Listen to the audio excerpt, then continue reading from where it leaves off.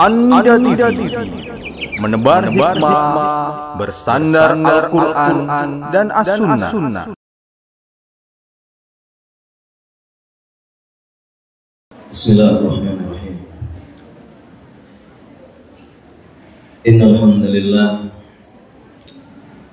nahmaduhu wa nasta'inuhu wa nastaghfiruh wa na'udzu billahi min shururi anfusina wa min sayyiati a'malina. May yahdihillahu fala mudilla lahu wa may yudlil fala hadiya lahu. Asyhadu an la ilaha illallah wa asyhadu anna Muhammadan abduhu wa rasuluhu la nabiyya ba'd. Para jamaah sekalian, para akhwat, para ummahat, para muslimah yang semoga selalu dimuliakan oleh Allah, yang semoga bisa melahirkan anak-anak yang solehah dan soleh, yang semoga bisa selalu berbakti kepada suaminya dan semoga dinaikkan derajat, dimasukkan ke surga Allah yang tertinggi. Assalamualaikum warahmatullahi wabarakatuh.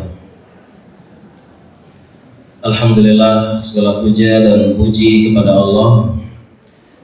Salawat dan salam kepada Nabi Muhammad sallallahu alaihi wasallam. Para jamaah sekalian, para akhwat dan ummahat, para muslimah, insyaallah pada kesempatan hari ini yang penuh berkah kita akan melaksanakan daurah kajian beruntun ya sampai insyaallah sampai menjelang sore, dan kita akan sejatinya akan membahas beberapa fikih kontemporer kesehatan yang terkait dengan wanita, yang buku ini kami tulis cukup tebal dan banyak pembahasan, serta kami mengkhususkan pada pembahasan fikih yang kontemporer. Artinya kontemporer adalah pembahasan yang saat ini banyak dipertanyakan serta mungkin kasusnya tidak ada pada zaman dahulu, sehingga tidak kita dapatkan pada kitab fikih klasik di zaman dahulu. Seiring dengan majunya ilmu kedokteran, teknologi kesehatan, serta perkembangan zaman pola hidup, ini melahirkan teknologi kedokteran yang baru, beberapa jenis penyakit yang baru, dan juga melahirkan permasalahan kontemporer. Sejatinya cukup banyak yang kita bahas. Misalnya kita sebutkan ya, pembahasan kontemporer. Contohnya yang kita bahas dalam buku tersebut, wanita yang menjalani kuret, keguguran, kemudian kuret, apakah menjalani nifas atau tidak? Kapan dia harus menjalani nifas? Kemudian pembahasan tentang operasi cesar. Bagaimana operasi cesar? Kalau sudah 3 kali, apakah harus steril? Haruskah dilakukan tubektomi atau MOW?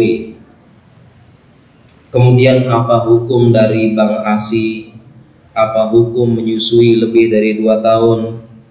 Kemudian apa hukum mengembalikan keperawanan? Apa hukum implan, implan payudara? Dan kurang lebih memang tidak terlepas dari masalah kesehatan dan kecantikan wanita, dimulai dari alat KB, alat kontrasepsi untuk wanita, kemudian permasalahan haid yang nipas yang sangat banyak, permasalahan flek, istihadah, darah yang keluar menjelang nifas, hukum keputihan, apakah najis, apakah membatalkan wudhu. Terlebih di zaman sekarang wanita mudah terkena keputihan. Apa hukumnya air ketuban, suci atau tidak? Kemudian pertanyaan terkait kesehatan wanita reproduksi. Apa hukumnya melakukan bayi tabung? Hukumnya melakukan inseminasi buatan? Dan hukum terkait dengan kecantikan yang sangat banyak. Hukum memutihkan kulit, hukum menggunakan krim pemutih, hukum suntik vitamin C dan kolagen supaya kulit putih mulus, hukum menghilangkan tai lalat, hukum tanam benang, hukum suntik botox, hukum rebounding rambut, meluruskan, hukum menarik alis, hukum memancungkan hidung, hukum sedot lemak. Subhanallah, banyak ya para jamaah dan para akhwat ya. Ya, ini alhamdulillah kami bahas dalam buku tersebut. Pembahasan yang kontemporer. Mungkin kalau kita buka buku-buku klasik, hukum ini tidak ada. Karena ada di zaman ini, hukum menggugurkan janin. Ya. Hukum wanita yang mengalami banyak gangguan haid, ada yang polikista sindrom, ada yang mengalami tumor, gangguan, ada yang mengalami gangguan hormon. Ini banyak permasalahan-permasalahan kontemporer yang alhamdulillah telah kita rangkum, telah kita tulis. Dan para akhwat dan para ummahat sekalian, para kaum muslimah, kita rasa pembahasan yang kita sebutkan yang sangat banyak tadi tidak bisa kita bahas semua pada kesempatan daurah ini. Dan akhirnya kita pun mengambil beberapa bab saja yang akan kita bahas.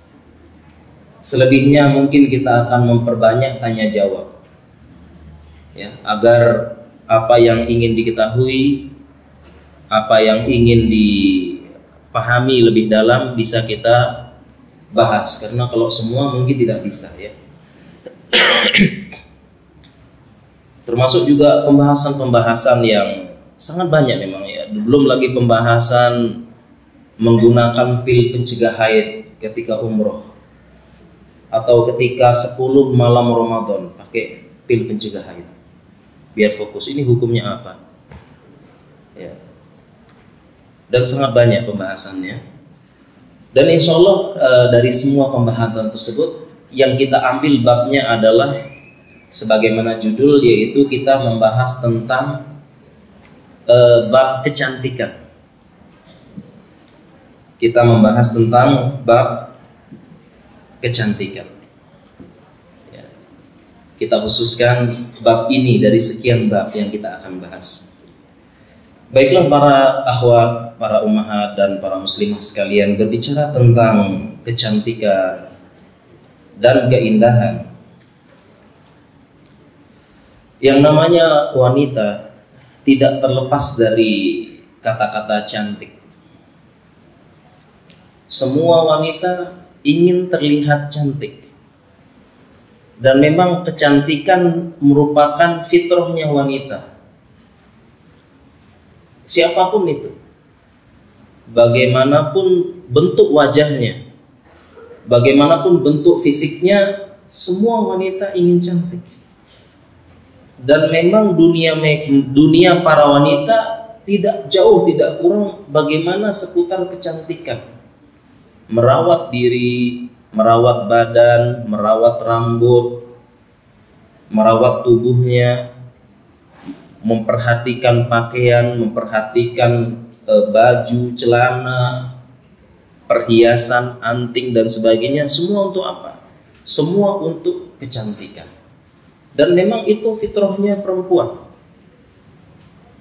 Karenanya Nabi kita Shallallahu Alaihi Wasallam bersabda, naha, ya, jadi ada sahabat yang mengatakan, naha Rasulullah Shallallahu Alaihi Wasallam antarojul illa gibban. Rasulullah Shallallahu Alaihi Wasallam melarang laki-laki terlalu sering menyisir, kecuali gibban, kecuali jarang-jarang.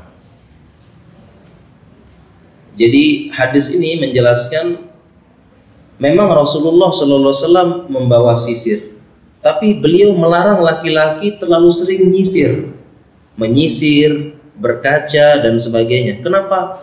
Karena itu urusan perempuan.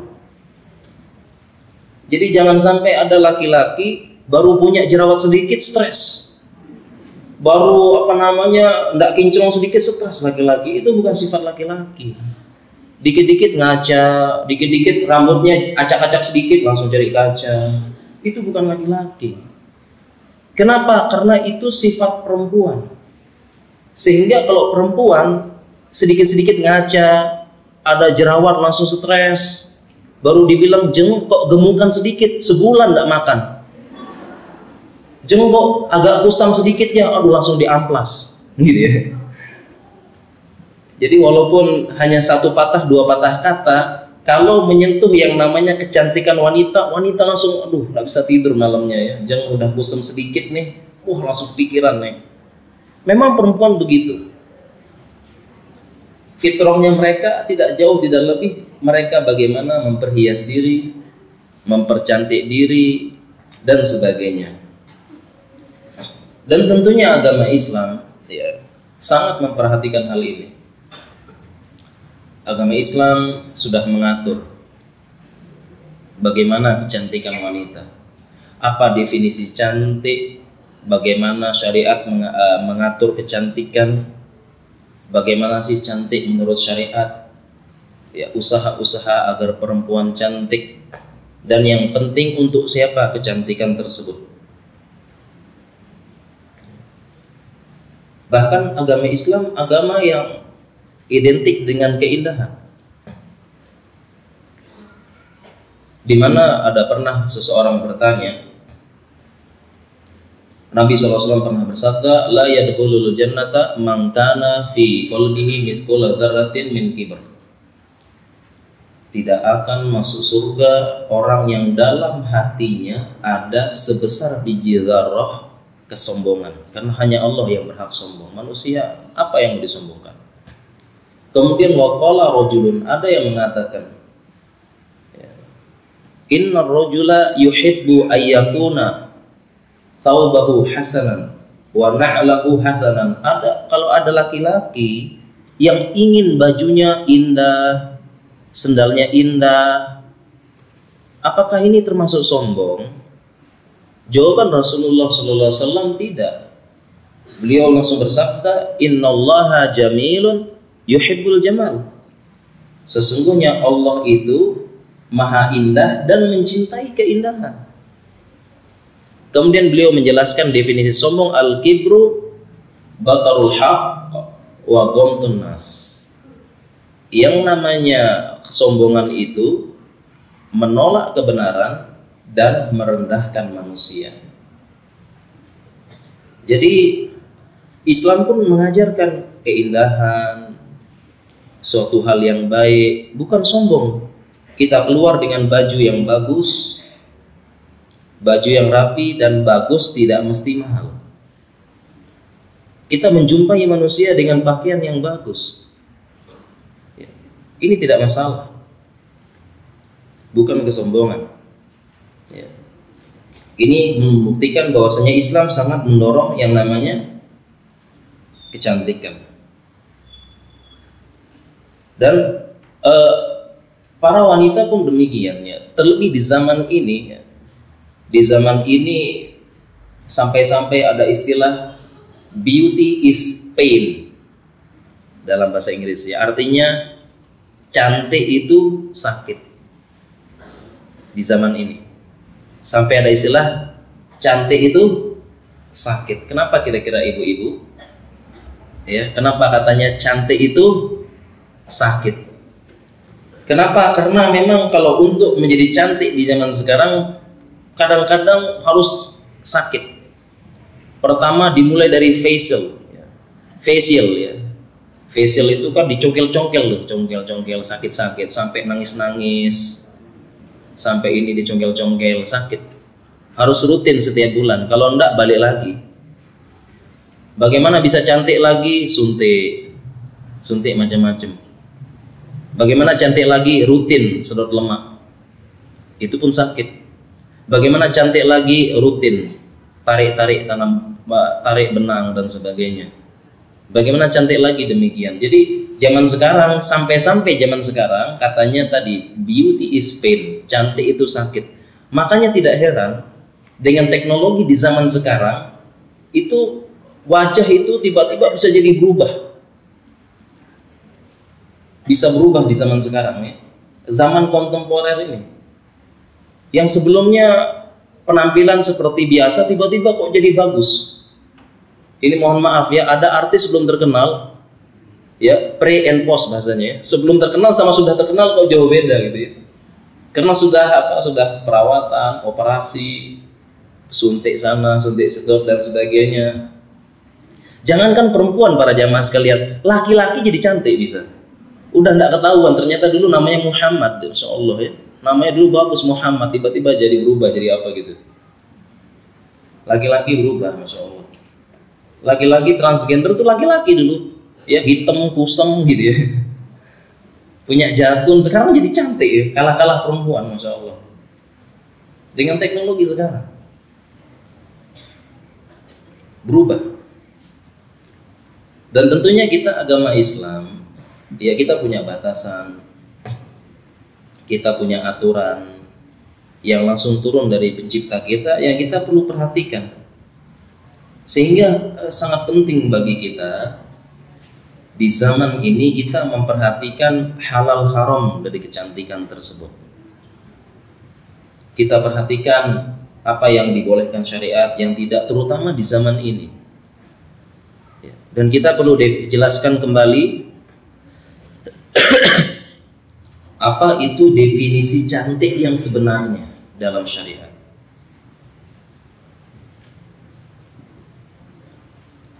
Berbicara masih berbicara masalah kecantikan.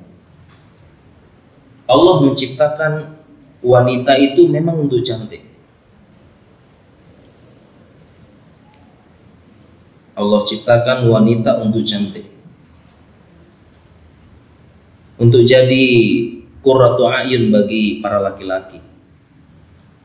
Di mana Rasulullah sallallahu alaihi wasallam bersabda, "Al-mar'atu auratun idza kharajat istashrafaha syaitan." Perempuan adalah aurat. Apabila perempuan keluar, maka setan akan menghiasinya. Perempuan aurat. Kenapa disebut aurat? Karena sesuatu yang menarik dan bisa menimbulkan syahwat. Jadi di sini memang perempuan diciptakan untuk menarik laki-laki. Tidak cukup sampai di sini, ditambah lagi. Kalau keluar akan dihias-hiasi oleh setan. Dihias-hiasi. Entah apa, dan inilah salah satu penyebab kenapa rumput tetangga lebih hijau di mata laki-laki. Ini sebabnya. Rumput tetangga lebih hijau, katanya karena rumput sintetis ya, hijau jadinya. Ya memang kecantikannya sintetis tetangga itu ya, di dempul, di sini sintetis. Pantasan hijau terus, rumput sintetis. Tapi sebenarnya memang itu rumput tetangga lebih hijau ya. Jadi bagi suami, semua perempuan ini cantik kecuali istrinya. Kenapa? Karena tadi istashrafaha syaitan. Ya, penjelasan hadis ini yuzayyin, setan itu hias-hiasi. Ya, betapa banyak sebenarnya istrinya lebih cantik. Kasus-kasus perselingkuhan, ternyata istrinya lebih cantik. Selingkuh, kenapa? Karena tadi setan menghias-hiasi, indah di mata laki-laki, ditambah lagi aibnya belum terlihat, sedangkan aib pasangan sudah terbongkar. padahal dia juga punya aib. Ini bukti bahwasanya perempuan itu diciptakan Allah untuk cantik di depan laki-laki.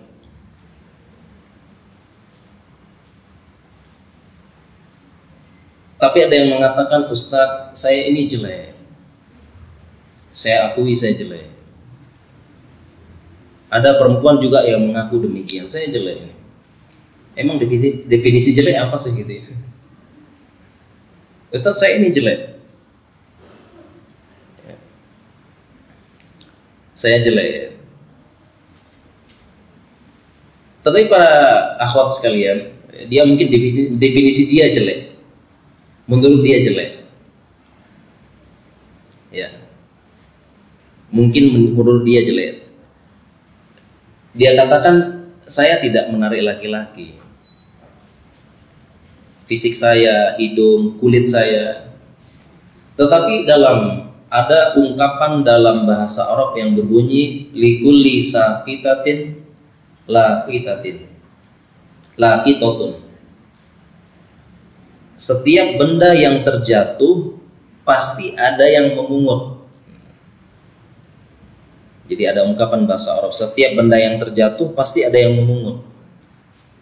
Jadi istilahnya, bahasanya orang itu benar, cantik itu relatif. Ya, cantik relatif. Jadi jangan sampai ada anggapan saya jelek. Karena cantik relatif dan semua laki-laki demikian. Karenanya di sini maha adilnya Allah. Di sini maha adilnya Allah. Kita lihat banyak orang yang katanya cantik tetapi mengalami kesulitan jodoh. Ini katanya orang cantik, tapi sulit jodohnya. Sudah 25, 28, 30, kok belum datang jodoh, belum ada yang menjemput. Padahal cantik. Ada kita dapati. Dan memang kita dapati juga katanya orang tidak cantik. Tapi belum berapa belas tahun sudah ada yang melamar, menikah. Jadi di sini maha adilnya Allah. Pertama, cantik itu relatif. Yang kedua, dalam urusan perjodohan tidak harus cantik cepat laku, cepat menikah. Yang tidak cantik tidak. Di sini maha adilnya Allah. Sehingga para akhwat, para ummahat dan para muslimah jangan terlalu khawatir, jangan terlalu risau dengan takdir yang Allah telah takdirkan kepada kita. Kenapa saya tidak lahir seperti dia? Putih, mancung, tinggi, semampai, punya inner beauty dan sebagainya. Saya begini. Kenapa? Jangan khawatir, karena ini takdir Allah dan Allah sudah punya hikmah di situ. Ada punya hikmah. Dan para akhwat, para ummahat, kalau dalam Islam, kalau kita punya patokan kita adalah agama Islam, kesuksesan seorang wanita bukan semata-mata cantik. Tapi kesuksesan wanita adalah ketika dia sudah menikah, mendapatkan suami yang soleh. Itu sudah mendapatkan suami yang soleh, penyayang, penyabar, bertanggung jawab. Kalau marah tidak membentak, tidak main kasar, menasihati dengan lembut, membimbing dengan lembut. Itulah sebaik-baik wanita dan seberuntung wanita. Dia mendapatkan jodoh dengan cepat dan jodoh yang baik. Walaupun wajahnya tidak cantik. Disitulah keberuntungan seorang wanita. Bukan semata-mata karena wajahnya cantik, tubuhnya baik. Bukan itu keberuntungan wanita. Tetapi keberuntungannya adalah dia dapat suami yang baik, jodoh yang baik. Itulah beruntung hidupnya. Beruntung hidupnya. Dan dia punya prinsip, selama suaminya mengatakan dia cantik, selama suaminya mengatakan dia baik, suami mengatakan wajahnya enak dipandang, maka prinsip dia, buat apa saya orang lain? Buat apa orang lain? Yang penting suami saya sudah ridho. Suami sudah mengatakan saya cantik, sudah memikat suami, memikat rasa cinta, mengikat, hangat, menimbulkan romantis. Kenapa saya terlalu harus tampil keluar ke sana ke sini, mati-matian mencari sampai melanggar beberapa batasan syariat supaya cantik, harus begini? Kalau memang suami saya sudah mengatakan sudah cantik, sudah, tidak perlu mati-matian lagi. Bukankah itu yang dicari kan? Unzuri aina anti minhu fa innahu jannatuk wa naruk. Perhatikan kedudukanmu pada suamimu, sesungguhnya suamimu adalah surgamu dan nerakamu. Jadi demikian buat perempuan ya. Sebagian dari perempuan mungkin sempat terbesit dalam hatinya, kenapa Allah ciptakan saya dengan wajah seperti ini? Saya mohon maaf ya, mungkin saya tidak tinggi, tidak mancung, tidak ini. Sebagian ada yang begitu, kenapa? Jangan khawatir. Kalau kita benar-benar syariat, sudah. Itulah keberuntungan wanita. Karena ada pepatah Arab yang menjelaskan laki-laki tidak pernah dewasa sampai ibunya meninggal. Perempuan tidak akan tenang sampai dia menikah, mendapatkan suami.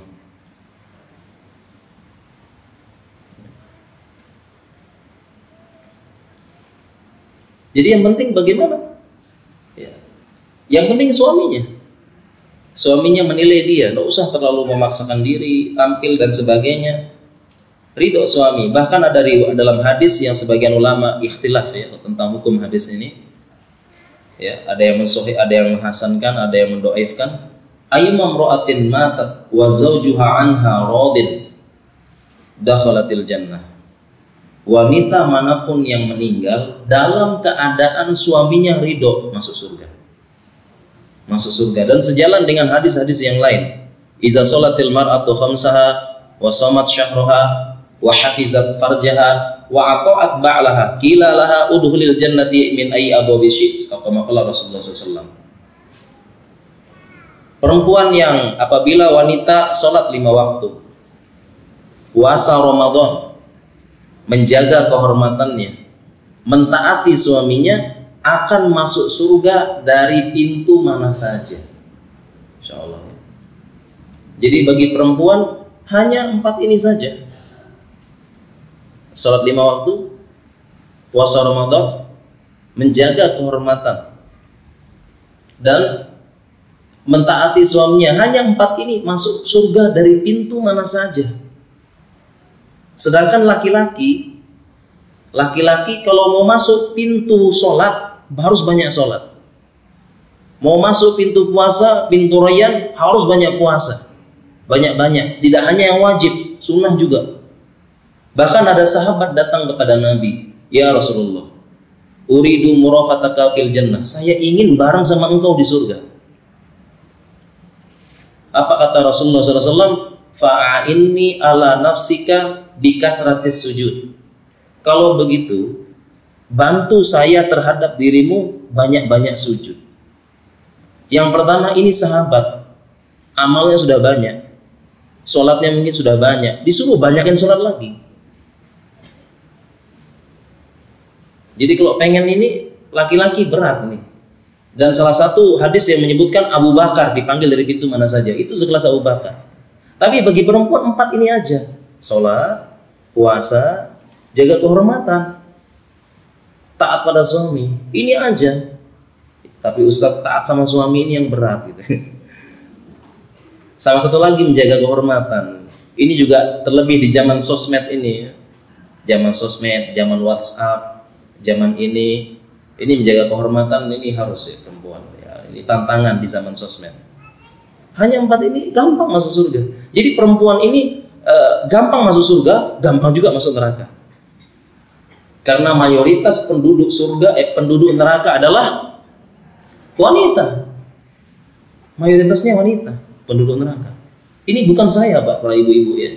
Ini Rasulullah yang peringatin. Kenapa? Sampai-sampai sahabat bertanya, ayakfurna billah ya Rasulullah, apakah mereka itu kafir kepada Allah, ingkar? lah katanya Rasulullah, yakfurnal ashir, mereka sering mengingkari kebaikan suaminya. Itu penyebab wanita paling banyak masuk neraka. Jadi para ibu-ibu, para akhwat, para ummahat, ini terkait dengan cantik, ya. Jadi jangan sampai kita protes dengan takdir Allah, kenapa saya dilahirkan tidak cantik. Beruntungnya perempuan-perempuan yang cantik tersebut, ya, mereka sangat beruntung. Kenapa saya dilahirkan seperti ini? Kenapa kulit saya begini? Kenapa saya seperti ini dan kenapa tidak seperti dia?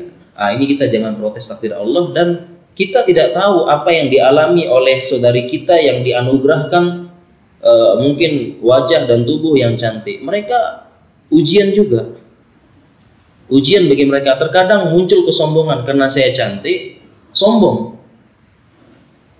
ya, sombong. Merasa cantik, sombong, kemudian memamerkan pada laki-laki yang lain. Ya, sekiranya tidak dipamerkan, mungkin muncul kesombongannya ketika menerima lamaran. Jadi menerima lamarannya kriterianya ketat. Pokoknya kamu harus calon ustadz, hafal 30 juz, aktivis dakwah, harus punya bisnis, punya ya itulah, punya kepribadian yang bagus, mobil pribadi, villa pribadi dan sebagainya. Pokoknya punya kepribadian deh. Helikopter pribadi gitu ya. Banyak syaratnya. Ya, punya kepribadian. Ya. Saya sih Mas enggak butuh macam-macam, saya butuh yang pas-pasan aja. Pas pengen rumah ada, pas pengen mobil ada gitu ya. Saya simple aja deh. Akhirnya apa? Karena merasa cantik, banyak lamaran-lamaran laki-laki yang ditolak. Padahal sudah bagus, sudah baik, karena terlalu tinggi, merasa cantik harus yang bagus. Padahal ini merupakan kerusakan sebagaimana hadis Nabi SAW. Iza ja'akum man tardawna dinahu wa khuluquhu fazawwijuh wa illa takun fitnatun fil ardi wa fasadun arid. Apabila sudah datang laki-laki kalian ridho, akhlaknya bagus, agamanya bagus, udah nikahkan. Kalau enggak, fitnah di muka bumi, fasadun arid, dan kerusakan yang luas. Bisa jadi itu menjadi ujian perempuan cantik bagi dia, ujian. Kenapa? Ya tadi bisa muncul kesombongan. Akhirnya dia pun menunda-nunda pernikahan. Ya. Sebelumnya sampai 30, 50, 40. Yang sebelumnya siapa kamu? Siapa bapakmu? Siapa keluargamu? Setelah ditunda terus sampai 40, akhirnya siapa saja deh. Jadi kita jangan protes takdir Allah. Ya. Itu adalah hikmah paling baik untuk kita. Dan jangan khawatir karena memang kecantikan itu relatif. Ya, tapi jangan ditambah ya. Kalau jelek mutlak katanya. Jangan ditambah ya. Cukup sampai situ aja. Ya, para akhwat, para ummahat, ya, para muslimah sekalian. Memang yang namanya kecantikan itu relatif. Tetapi di zaman ini, yang zaman kontemporer ini, kecantikan tersebut menjadi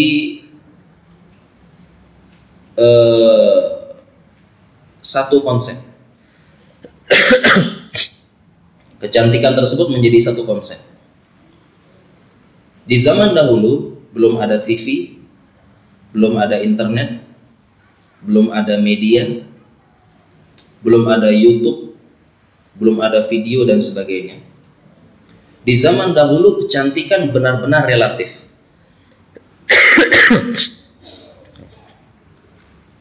Jadi kecantikan benar-benar relatif.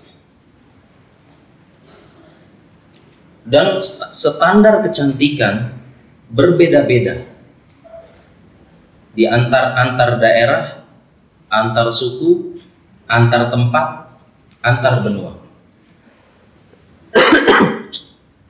Jadi di zaman dahulu berbeda zaman dahulu.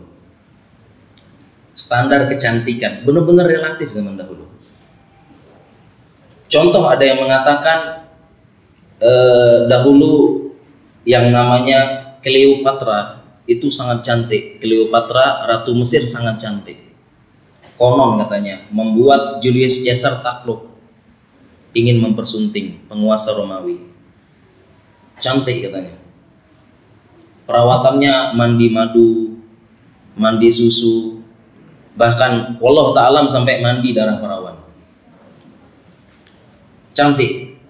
Ternyata setelah oleh peneliti dengan teknologi di zaman sekarang, ya, dilihat muminya, dilihat tubuhnya, kemudian dengan teknologi dilakukan rekonstruksi, sehingga seperti ini kurang lebih wajahnya dia. Ternyata wajah Cleopatra yang katanya cantik, pertama dia badannya gemuk, pesek, ya, pesek, dan alisnya sangat tebal. Ternyata di zaman dahulu itu disebut cantik. Kita berpindah lagi di beberapa benua di Afrika. Di sana perempuan yang namanya cantik harus gemuk. Harus gemuk. Harus gemuk banget, sehingga beberapa pengantin baru dikasih makan, dikasih ini, dilakukan ditaruh di satu rumah, ya makan. Kita pindah ke beberapa tempat lagi, perempuan yang cantik, perempuan yang lehernya paling panjang, jadi ditaruh. Itu katanya paling cantik. Kita pindah lagi ke Cina. Ada satu zaman perempuan cantik, perempuan yang kakinya kecil, sehingga di Cina ada kebiasaan melipat kaki perempuan. Jadi begitu lahir langsung dilipat, kakinya kecil.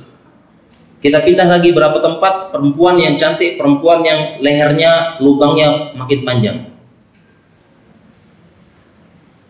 Kita pindah lagi ke tempat yang cantik, perempuan yang giginya kuning.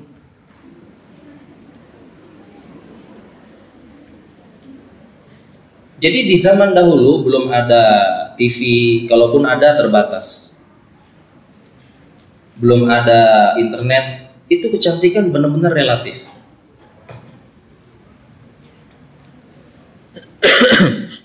Kecantikan benar-benar relatif. Kita pun demikian ya. Di Indonesia pun demikian.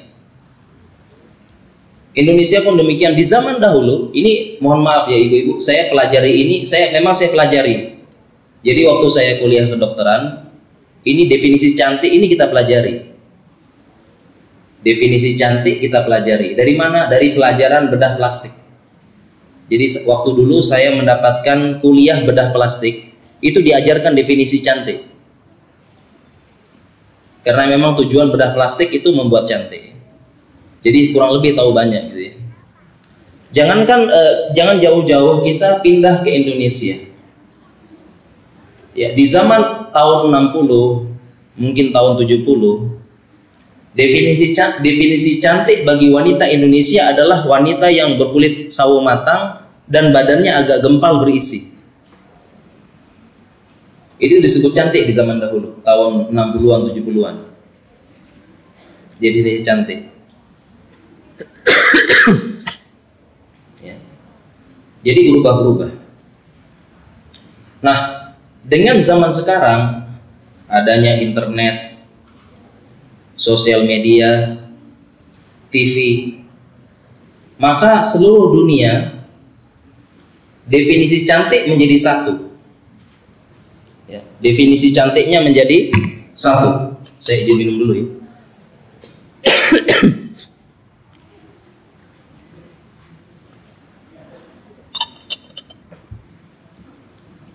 Dengan adanya media di seluruh dunia ini yang semua dunia bisa melihat, definisi cantik menjadi satu. Ini saya pelajari ketika kuliah bedah plastik dahulu. Jadi hampir dunia sepakat definisi cantik kurang lebih seperti ini. Pertama, semampai. Semeter tak sampai mungkin.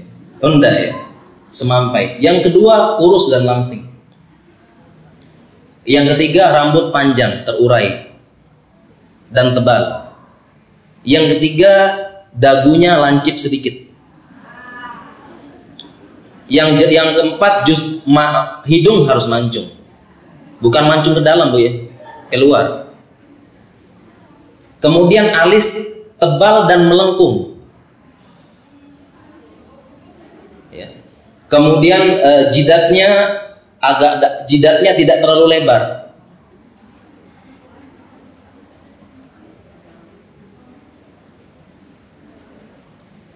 Ya, dan matanya agak besar sedikit.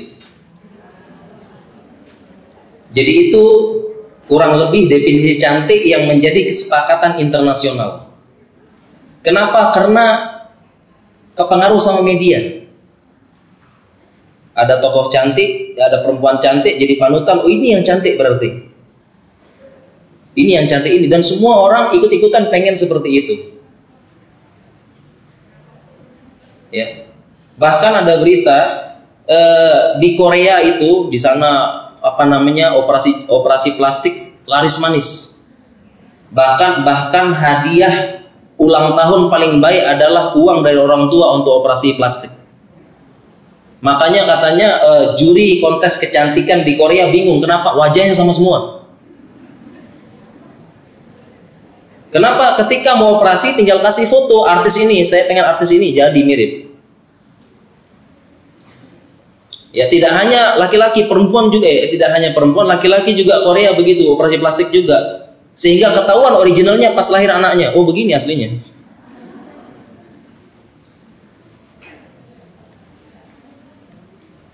Jadi ini karena kemajuan zaman kontemporer, definisi cantik. Begitu juga orang Indonesia. Akhirnya berkiblat ke arah sana. Yang dulunya orang Indonesia itu tahun 60-70 cantiknya itu pokoknya agak berisi tebel gitu. Itu baru perempuan cantik katanya. Dan kulitnya sawo matang, bersih. Itu cantik. Tapi sekarang sudah berkiblat ke kecantikan internasional. Orang Indonesia pun berubah bagaimana supaya kulitnya putih mulus. Dan juga ikut-ikutan supaya kurus dan langsing. Makanya program diet macam-macam ini.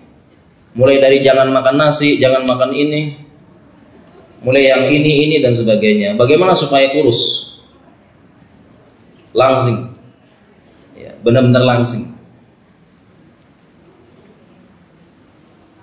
Bahkan para ibu-ibu sekalian, para akhwat, para muslimah, ketika saya belajar ya tentang ini, definisi cantik dalam kuliah tersebut, kemudian saya membaca sebuah hadis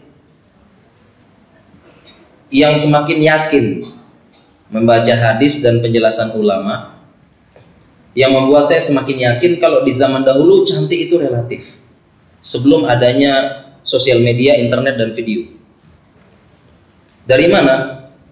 Dari hadis Rasulullah SAW dari Ibnu Mas'ud, Rasulullah SAW bersabda, la'anallah al-washimat wal mutashimat wal mutanammisat wal mutafallijat lil husni al mughayyirati khalqallah.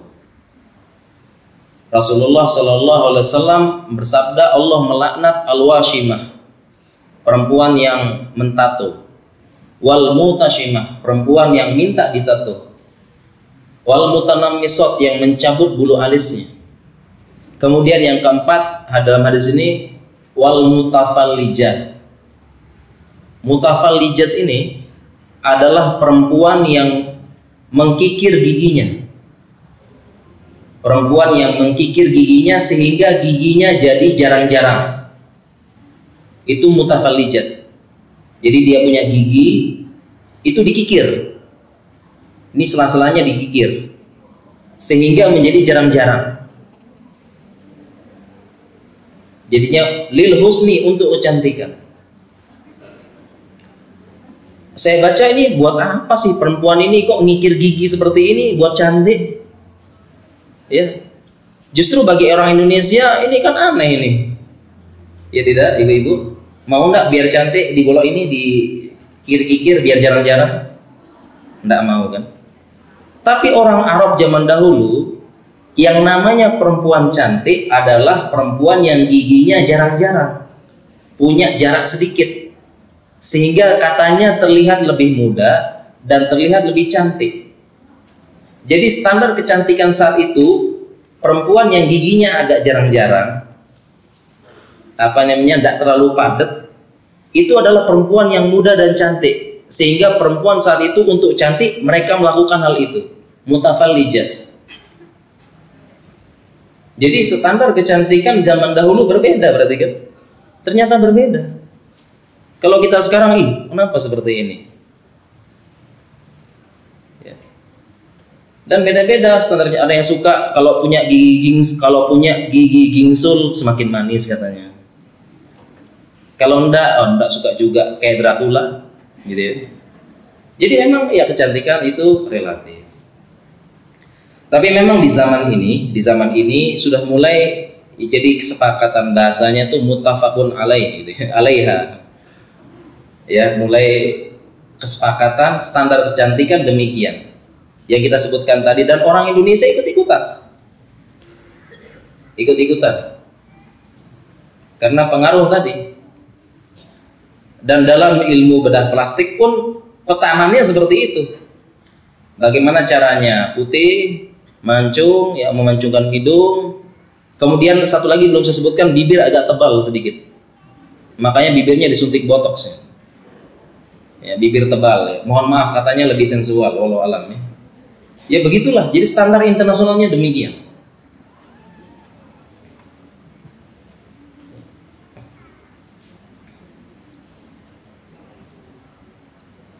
Tapi para akhwat dan para ummahat ya, para muslimah, kita sudah berbicara tadi tentang kecantikan, standar kecantikan, dan tentunya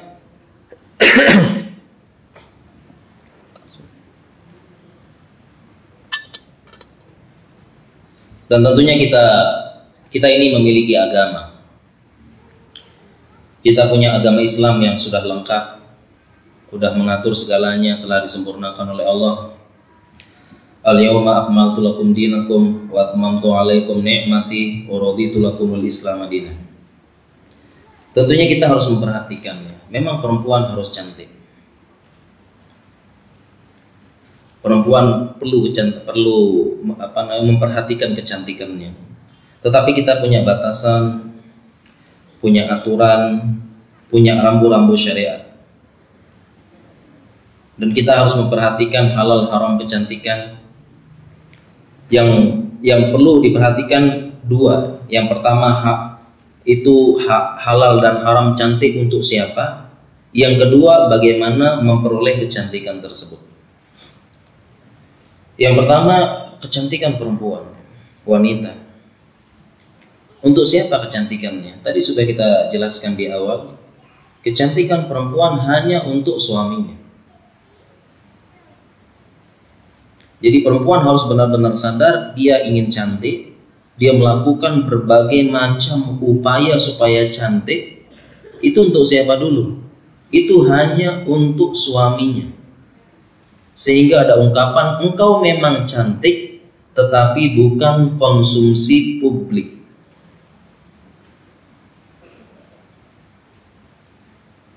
Jadi sekali lagi kita perlu meluruskan niat para akhwat, para ummahat. Cantiknya untuk siapa? Untuk suami. Untuk suami. Ini yang paling penting. Bukan untuk orang lain. Yang dia cari suaminya, ridho suaminya. Kalau bisa kecantikan itu tanya suami, bang, saya pakai baju ini bagus enggak? Pakai baju ini bagus enggak? Boleh potong rambut enggak? Sebagian ulama bahkan istri potong rambut izin suami. Karena memang itu kecantikan untuk suaminya. Bukan untuk orang lain, bukan untuk laki-laki yang lain. Bukan untuk disebar, konsumsi publik, atau wal'iyadzubillah bisa menimbulkan fitnah bagi laki-laki yang lain. Dan insya Allah sudah paham semuanya, para akhwat pun paham, yang namanya wanita fitnah terbesar bagi laki-laki. Ma taraktu fikum fitnatan adurru ala rijali minan nisa. Fitnah terbesar. Tidaklah aku meninggalkan fitnah terbesar bagi laki-laki perempuan. Ma ra'aitu nakisati aqlin wa dinin azhaba li lubbi rajul hazimin min ihdakun.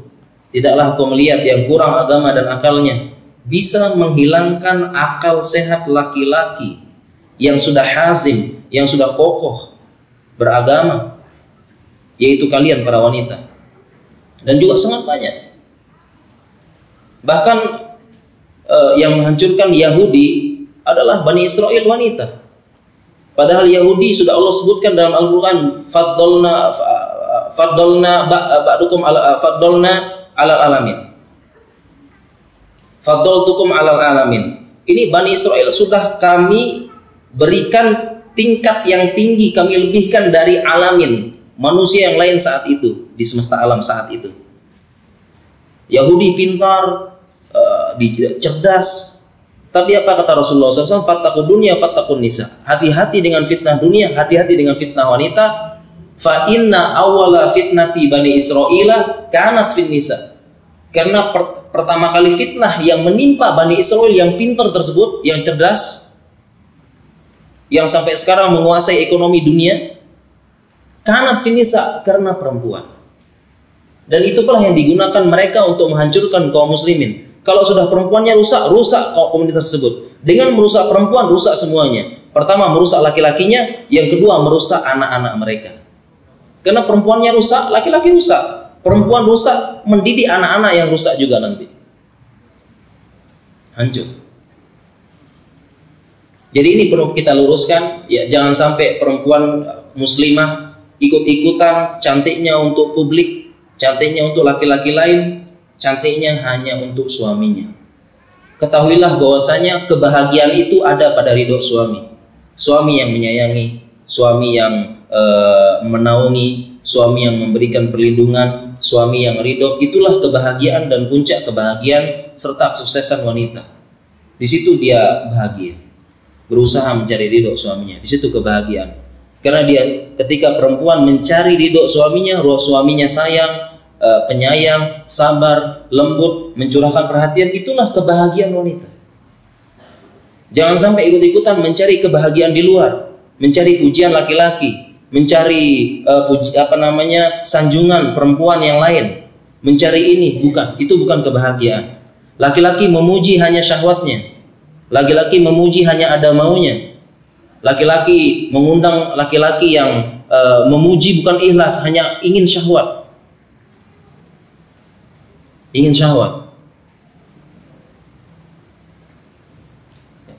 Sehingga perempuan harus sadar, para akhwat, ya, harus benar-benar kembali kepada suaminya. Sehingga yang benar kecantikan untuk laki-laki, untuk suaminya, berhias di rumah, berusaha, walaupun sibuk. Kita tahu perempuan sibuk ngurus anak, ngurus ini, mandikan anak, ngurus rumah, itu sibuk. Tetapi harus perhatikan. Terlebih perempuan yang sudah suaminya memberikan asisten rumah tangga, ya boleh memang, ya boleh, asalkan diatur. Itu kesempatan meraih ridho suami. Berusaha apa? Misalnya tidak masalah perempuan sesama grup akhwat buat komunitas senam, tidak apa-apa. Buat komunitas senam supaya kurus, suaminya senang, tidak apa-apa. Komunitas senam, ngumpul-ngumpul senam. Ya, senam yang tidak pakai musik, tidak pakai apa, bisa.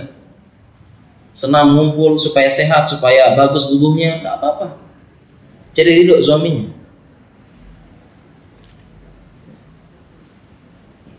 Dan kita tidak ikut-ikutan seperti orang lain. Muslim punya prinsip tidak ikut-ikutan, tidak seperti yang lain-lain. Yang cantiknya untuk orang luar, cantiknya untuk laki-laki lain. Makanya ada ungkapan dalam bahasa Arab, wanita itu jangan seperti ini, seperti kal ghazal fil kharij wa kirdun fil bait. Jadi ada ungkapan bahasa Arab, wanita ini jangan sampai ghazal, seperti kijang di luar rumah. Kenapa kijang? Orang Arab mengatakan kijang itu indah karena tanduknya. Tanduknya indah, orang Arab, bagus, bersusun-susun. Jadi kalau di luar kal ghazal, di luar indah. Tetapi ini mohon maaf ya, kirdun fil bait, ini mohon maaf, seperti, mohon maaf ya, seperti kera kalau di rumah. Jadi kalau keluar, masya Allah, bajunya bagus, rapi, mahal, warnanya menarik, belum lagi parfumnya harum, keluar berhias, rambut terurai, sampai rumah masya Allah parfumnya berganti minyak telon, minyak gosok, kemudian bau ketiak, bau makanan, sampai rumah pakai daster ala kadarnya, robek lagi, kumuh gitu. Sampai rumah rambut acak-acakan, tidur tak pernah. Jadi buat suami kita ridho di rumah. Ini definisi cantik. Kita berusaha ya, para perempuan berusaha di rumah ya, supaya untuk bisa cantik. Dan demikian juga pada kesempatan ini ya, kita juga perlu memberitahu para suami-suami ya, karena yang namanya perempuan itu untuk cantik perlu merawat diri. Perlu merawat diri. Ya, nanti para istri sampaikan kepada suami di rumah, perempuan ini kalau mau cantik perlu perawatan diri. Jadi memang sibuk punya banyak anak 5 kecil-kecil semua. Wah, riuh ribut. Ya, belum tidur sebentar sudah dibangunin. Belum minta ini, mohon maaf ya, minta nenen, minta susu, minta ini. Masya Allah, memang tidak sempat merawat diri. Ya, jadinya mohon maaf ya, ini artis-artis cantik itu karena memang perawatannya banyak. Ada perempuan, "Pak, kalau pengen cantik saya ini, pertama ini anakmu pegang sendiri. Yang kedua kasih transfer yang banyak. Ntar saya cantik seperti artis itu ntar." Ya. Jadi para suami pun juga perlu kerjasama. Kalau ingin istrinya cantik, ya sesuailah. Jangan menuntut istri juga cantik. Ya, semua perempuan ingin cantik, tetapi kalau memang ini dia kasih sarana untuk cantik. Pertama, istrinya jangan terlalu direpotkan. Ya, kalau memang bisa dikasih asisten rumah tangga boleh, ini pun diatur sesuai syariat ya, supaya tidak banyak melanggar. Misalnya cuma datang 3 jam pas suami ngantor, besok pulang dan sebagainya, atur. Sehingga istrinya bisa fokus merawat kecantikan. Kemudian paling penting juga, kecantikan butuh dana. Butuh uang itu kecantikan. Di zaman sekarang Masya Allah gitu ya. Bedak saja udah 100.000, bedak tok itu baru alasnya gitu ya. Jadi cantik butuh duit, butuh apa? Butuh uang. Jadi artis-artis itu cantik karena uangnya banyak. Jadi sampaikan pada suaminya kalau cantik itu butuh dana, Pak. Banyak suami yang mengatakan menuntut istrinya cantik. Kamu harus cantik, tapi ketika suami tahu harga bedak, harga gamis, harga ini mahal, suaminya mengatakan, "Dek, aku cinta padamu apa adanya." Gitu. Karena tahu mahal.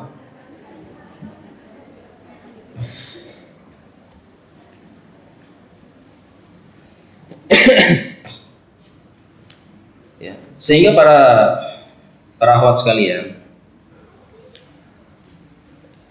tadi kita sudah jelaskan, tadi lupa saya sampaikan ya, tadi cantik bukan konsumsi publik ya. Bagaimanapun juga perempuan harus kembali niatnya, kembali kepada suaminya, ridho suami, itulah kebahagiaan wanita yang sebenarnya. Jadi bukan konsumsi publik, sehingga para perempuan ini jangan sampai cantiknya untuk orang lain. Dan sekarang di zaman sekarang ini muncul juga ada namanya bahasa ini termasuk kelainan psikologis, di mana para perempuan itu mereka bersaing kecantikan karena bersaing sesama perempuan. Jadi dia cantiknya itu ingin lebih cantik dari sini. Jadi dia cantiknya bukan untuk laki-laki, tapi cantiknya karena saing-saingan sama perempuan. Ini ada seperti ini. Ya. Yang sebelah facial, dia juga facial. Begini. Jadi kecantikannya karena pengen pamer sesama perempuan, pengen menunjukkan saya yang paling cantik. Ya, makanya kalau ada ajang arisan, ajang apa, pokoknya itu ajang show ya. Ini yang paling cantik ya, yang paling keren, yang paling bagus ya, bajunya mahal dan sebagainya. Ya, ini kita harus luruskan niat. Dan tadi juga bukan konsumsi publik ya. Jadi sekarang pun juga menjadi ujian ya, walaupun sekarang perempuan tidak keluar tapi fotonya yang keluar. Fotonya yang keluar ya, itu entah apa namanya, foto selfie kah, foto apakah, itu yang keluar sekarang. Posting foto, posting apa, itu jangan perempuan ya. Apapun alasannya ya, perempuan tidak layak fotonya disebar secara publik. Tidak layak. Itu menjadi ujian, fitnah besar bagi laki-laki. Ya. Ini penyakit, dan termasuk penyakit mental adalah selfie. Ini penyakit mental kebanyakan. Ya. Jadi tidak ada alasan bagi perempuan tidak boleh memposting fotonya keluar, walaupun pakai cadar, walaupun dari belakang, walaupun foto cuma kakinya tok, dan walaupun dengan alasan pembenaran untuk dakwah. Ini kan ustadz untuk dakwah, syiar. Perempuan bercadar, naik kuda, memanah. Masya Allah, kan siap-siap memanah hati. Ini bukan alasan, tidak ada. Ini untuk syiar dakwah ya. Apalagi pendapat terkuat, memanah itu untuk laki-laki. Olahraga sunnah kan katanya. Pendapat terkuat laki-laki, perempuan enggak. Jadi bukan alasan, tidak ada alasan bagi perempuan untuk memposting fotonya ke publik. Walaupun untuk dakwah tidak ada. Kadang-kadang fotonya di sebelah, foto dia di sebelah, foto selfie-nya di sebelah kirinya caption dakwah. Masya Allah ya. Ini untuk dakwah Ustaz. Jadi foto ahwatnya, foto wajahnya, selfie-nya, sebelahnya ada caption dakwahnya. Apa isi caption dakwahnya? Wahai ahi, tundukkan pandangan. Nih gitu. Ya guddu min absarihim wa yahfaz furujurahum. Gitu ya. Kan bagus dakwahnya ya. Jadi para ayah, tidak ada alasan bagi perempuan, apapun alasannya tidak ada, untuk posting fotonya keluar. Entah dari belakang, entah matanya saja, entah kakinya saja, tidak usah. Disimpan saja. Disimpan. Dan kalau kita pelajari ilmu psikologi, orang yang terlalu sering keluar menunjukkan dia sedang tidak bahagia. Orang yang sudah bahagia, dia tidak akan mengekspos kebahagiaannya di luar, karena sudah bahagia. Sudah cukup perhatian, tidak usah diekspos keluar. Orang yang terlalu sering posting, pamer, terus-terusan, itu menunjukkan dia kurang perhatian, kurang bahagia, sehingga butuh kebahagiaan di luar sana, di dunia maya. Itu psikologisnya seperti itu. Ya, bagi orang yang sudah bahagia di dunia nyata, di kehidupan nyata, tidak perlu dia. Jadi para akhwat sekalian, sekali lagi, cantik bukan konsumsi publik. Tidak konsumsi publik. Dan para akhwat sekalian perlu merenungi. Ya, ini perlu merenungi. Perlu merenungi biar adil bahasanya. Apakah ada di antara ibu-ibu, akhwat, ummahat, ataupun calon ibu-ibu, apakah ada yang rela suaminya terpesona dengan kecantikan perempuan lain? Ada yang rela ibu-ibu? Ada yang rela? Yang punya calon suami nanti, semoga dimudahkan ya. Adakah yang rela suaminya terpesona dengan kecantikan wanita lain? Ada yang rela tidak? Tidak ada. Makanya jangan buat kita, diri Anda, para perempuan, membuat laki-laki lain terpesona. Kan ini adil berarti kan? Adil. Ya. Dia go publik, membuat laki-laki terpesona dengan kecantikannya dan sebagainya, sedangkan dia tidak mau suaminya terpesona dengan laki-laki lain, dengan perempuan lain. Nah, makanya adilnya di situ. Ya, adilnya di situ. Dan ulama menjelaskan al-jaza'u min jinsil amal. Balasan sesuai dengan perbuatannya. Balasan sesuai dengan perbuatannya. Kalau dia umbar kecantikan semata-mata kecantikan, maka yang datang laki-laki yang suka kecantikan. Ketika yang namanya kecantikan luntur juga. Dia juga tua juga, mohon maaf suatu saat dia akan keriput juga, akan putih juga, akan kendor semua otot-otot. suatu saat kecantikan tersebut akan hilang. Kalau laki-lakinya dia jatuh cinta karena kecantikan, hilang cinta, hilang kecantikan, hilang juga cinta. Dan laki-laki ini pun akan mencari wanita lain yang lebih cantik lagi. Itu akibat dia pertama kali menarik laki-laki hanya semata-mata karena cantiknya saja. Itulah al-jaza'u min jinsil amal. Al-jaza'u min jinsil amal.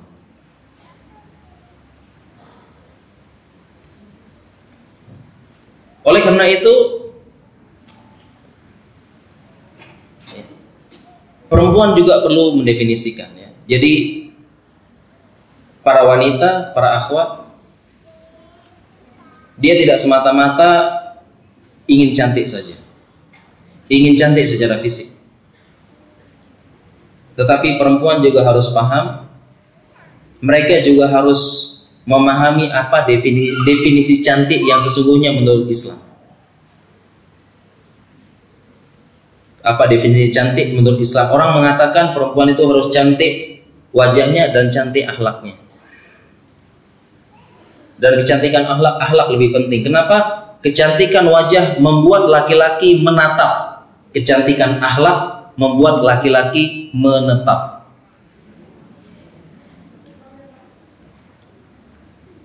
Dan inilah definisi dalam Islam cantik. Jadi Islam pun mempunyai definisi cantik. Apa itu definisi cantik? Ya. Dalam Islam definisinya adalah sebagaimana hadis berikut.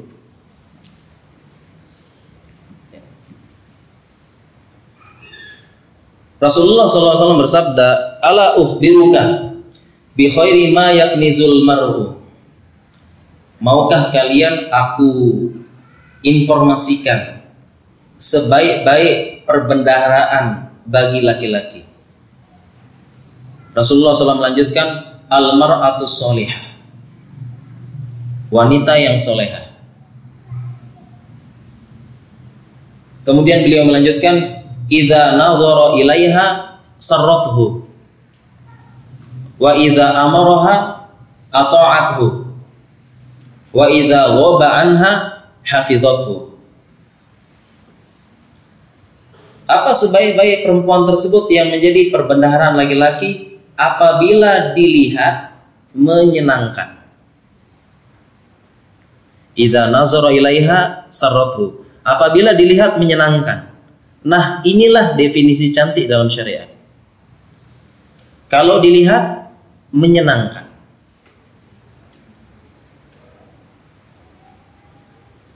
Definisi cantik. Jadi ketika laki-laki suaminya melihat dia, itu menyenangkan.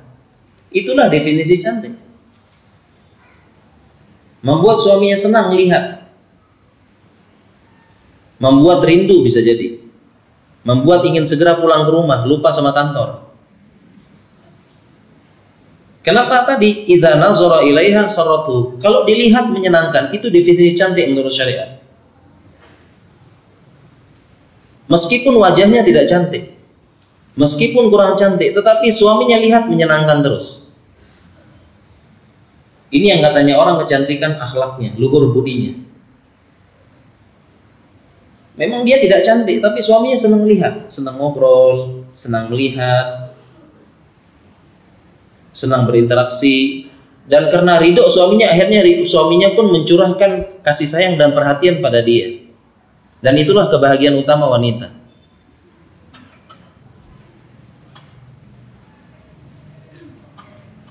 Jadi bagaimana suaminya melihat? Senang. Baik itu karena akhlaknya yang baik, khidmatnya dengan suami yang baik, ucapannya yang baik, tutur katanya yang baik, perilakunya yang lemah lembut, berusaha melakukan hal-hal yang membuat ridho suami, sehingga suami senang. Itu definisi cantik menurut syariat.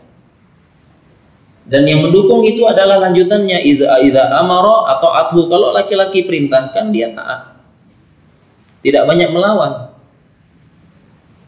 Dan jika dia ghaba anha, kalau suaminya pergi, dia menjaga kehormatan. Menjaga kehormatan, tidak kemana. Sekarang sih bisa di rumah, tapi kehormatan tidak terjaga di rumah. Ya, para akhwat, para perempuan gabung di grup WhatsApp. ya, main sosial media, ya, bisa chatting dengan laki-laki lain, bisa komentar dengan laki-laki lain, komentar yang tidak perlu, tidak bermanfaat, gabung dengan grup WhatsApp, reuni teman SMA, ketemu dengan mantan yang dulu, ngobrol-ngobrol lagi, teringat dulu bunga pertama yang dikasih, suami sekarang tidak pernah ngasih bunga, ketemu lagi, mulai chatting lagi. Ini yang disebut dengan CLBK. Apa Bu? Iya, cinta lama belum kelar, akhirnya menjadi cinta lama bubarkan keluarga. Ini bisa jadi hafizat, ya, menjaga kehormatan. Ini definisi cantik, ya. Definisi cantik menurut syariat. Jadi ibu-ibu sekalian, ini yang paling penting. Bagaimana suami lihat menyenangkan, udah itu. Walaupun walaupun tidak cantik tidak apa. Ya, kadang-kadang tidak perlu mahal-mahal. Kalau saya pribadi, para ibu ini sekedar sharing. Kalau saya pribadi, saya lebih suka istri saya apa adanya. Malah saya tidak suka pakai bedak, pakai apa, tidak suka. Jadi memang relatif. Nggak suka pakai bedak, pakai apa, lipstick tebal, nggak suka. Lebih suka alami malah. Lebih suka alami, nggak terlalu suka yang sampai pakai tebal, lipstick tebal dan sebagainya. Ya selain hemat juga gitu. Tapi memang istilahnya memang nggak suka. Ya.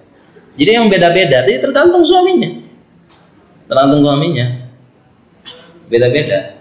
Bagaimana menyenangkan saja. Dan memang demikian istilahnya, sampai ada yang walaupun dia cantik dipandang tidak mau, males mandangnya. Kenapa? Karena rusak akhlaknya, cerewet, suka ngomel-ngomel dengan kecepatan 200-3000 meter per jam gitu ya, ngobrol terus, suaminya diomelin terus, pulang capek kerja, keringetan, belum istirahat diomelin, belum apa-apa ya, tidak pernah melihat kebaikan suami, protes terus dan sebagainya. Ya, membuat suami tidak suka, tidak betah. Jadi melihat saja tidak. Ya, dan memang suami itu, memang laki-laki memang melihat cantik. Tetapi laki-laki juga punya hati, punya perasaan, punya ilfil. Jadi walaupun dia cantik bagaimanapun, kalau dia tidak enak dipandang, dia akhlaknya jelek, tidak enak dipandang, bahkan pengen keluar. Buktinya sangat banyak. Sangat banyak ini, mohon maaf ya. Itu tokoh-tokoh ya, tokoh publik, sebagian artis, sebagian ini cantik-cantik semuanya tuh, cantik-cantik. Tapi gimana? Kawin cerai, cantik-cantik benar. Padahal kata fansnya, kalau saya dapat itu, masya Allah, nggak keluar kamar 1 tahun, sebulan. Cantik, tapi gimana? Kawin cerai, ketemu pun nggak mau, lihat pun nggak mau. Kenapa? Tadi kecantikan, jangan lupa. Ini yang dilupakan oleh sebagian dari perempuan dan para akhwat, bahwasanya kecantikan ini, atau bahasa sekarang namanya inner beauty, ini juga penting, sangat penting. Bukan semata-mata kecantikan fisik saja, bukan hanya semata-mata kecantikan badan, rupa, tapi itu yang penting. Berapa banyak orang-orang yang cantik, body bagus dan sebagainya, tapi laki-laki nikah sama dia langsung cerai, nggak suka. Perempuan mana yang seperti itu? Tidak ada yang suka. Dan kita jamin dia tidak bahagia dalam rumah tangga. Buat apa? Dia cantik, dipuji oleh orang luar, dipuji kecantikannya, tapi dalam rumah merana, dalam rumah bagaikan neraka, dalam rumah tidak betah, dalam rumah tidak ada sakinahnya. Ini kebahagiaan di mana walaupun dia cantik? Ya, sehingga kecantikan tersebut harus sesuai syariat, Allah iza nazara ilaiha sarrathu. Dan bagaimana cara mendapatkan kecantikan sesungguhnya ini, insya Allah kita akan bahas di sesi selanjutnya. Ya, ini karena sesuai jadwal ya, sesuai jadwal. Tadi kita mulai jam 8:30, ini udah 1,5 jam. Ya, insya Allah waktu untuk rehat, mengumpulkan kotak pertanyaan, nanti kita lanjutkan sesi kedua. Dan insya Allah mungkin kita akan perbanyak tanya jawab, karena membahas kontemporer itu sangat banyak dan tidak bisa kita bahas pada pertemuan singkat pada hari ini. Mungkin kita cukupkan ya sesi pertama. Ya, kita tutup dengan kawatul majelis. Subhanakallahumma wa bihamdika asyhadu an la ilaha illa anta astaghfiruka wa atubu ilaik. Wassalamualaikum warahmatullahi wabarakatuh.